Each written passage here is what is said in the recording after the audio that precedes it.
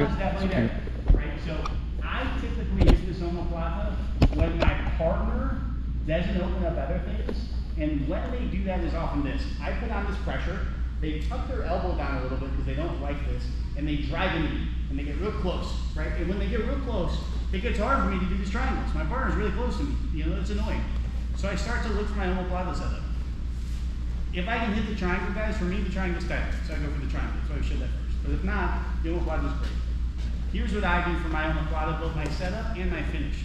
The finish is just as important because a lot of people can set up shitty omoplatas and not finish them. I see it all the time. It's not a low percentage technique. It's just a technique a lot of people aren't that good at. So here's what I'm gonna do. For me, I like to make a little bit extra space in my omoplata, so I'm gonna push my partner's face away.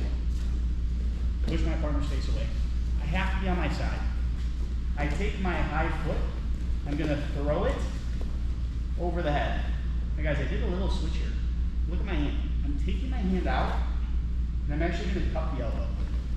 I put my foot over. What's important through the entirety of my omoplata technique that I don't see people do is having control of this elbow. And unfortunately, it's a little bit difficult because your hand that controls it switches. Right now I'm controlling it here.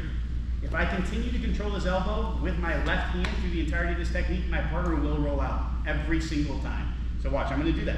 I'm gonna get up, I'm gonna push them away, my partner's gonna roll.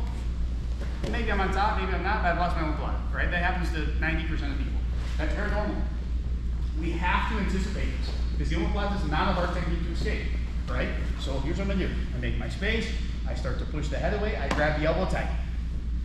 I put my foot over. As soon as my foot starts to come over, I'm gonna do two things, guys. I'm gonna switch from my left hand controlling this elbow to my right hand controlling this elbow. I'm then gonna reach my left hand. I'm gonna push my partner's head away with my foot to help me sit up. And I'm gonna reach and grab my partner's hip. Reach, reach, reach, reach. Grab the hip. Back to the elbow. Guys, if I have to let go for a second to get up and then come back to the elbow, that's fine. But I have to get to this elbow team. I'm grabbing the hip right away. So if my partner tries to roll, I can stop their roll, right? I can push and stop. Now I see a lot of folks get right here, and here's what they're doing. They're like leaning in, they're trying to finish. It's really hard. Maybe my partner's driving in, maybe my partner's bigger than me, and they're like pushing me on my back. Very frustrating. Maybe they're knocking me back, and I'm trying to get back up. It's like, oh my gosh, I'm losing everything, right? That can be very annoying. So here's the two fundamental details I do to finish this technique. The first is, I have to bring their hip to the ground. I do it with hip control.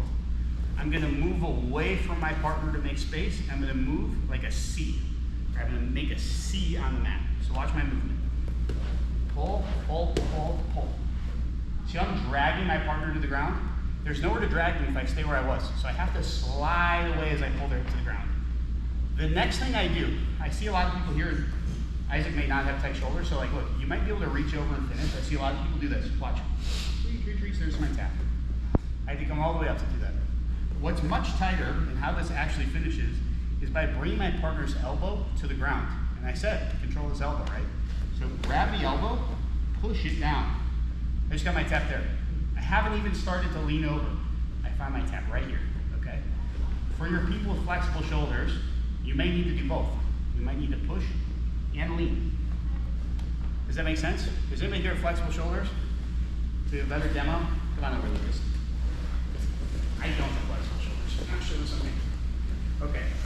Team, going into my omoplata. Look. Grab, grab. Sit up. Now team, come place here. Let's turn, face people. You're often going to get someone who rolls like crazy, who's like really trying to roll, and you might be like, professor, they're bigger than me, or they're really fast. I can't hold them down with this hand. Guys, use the momentum. When my partner rolls, if I time it right, and I pull my scoot away, I will take their rolling momentum and put them down. So go ahead, Lucas, give me a roll. Okay, I'm just moving away, and I'm just steering his roll into the ground. My partner actually rolling is helping me bring them to the ground. My really rigid people are actually sometimes a little bit harder. Does that make sense? Now look. Turn, Lucas. In case you're wondering what some of the worst positions to be in jiu-jitsu is, this is one. Hip down, omoplata. Here, I'm gonna push my partner's elbow down. Lucas told me he had flexible shoulders. No, I thought I was flexible. Thought he was. If I don't do this, look, and I sit like this and I reach, look how far I'm gonna go. Ready? Now watch. I haven't even got a chance. If you're not tight with this elbow, we're gonna grab the far shoulder. I like to cup the far shoulder, and you're thinking two things. Put their elbow on the ground and whisper in their ear. If you accomplish both, your partner probably doesn't have a shoulder anymore, okay? Questions? So let's get a couple reps, both setting up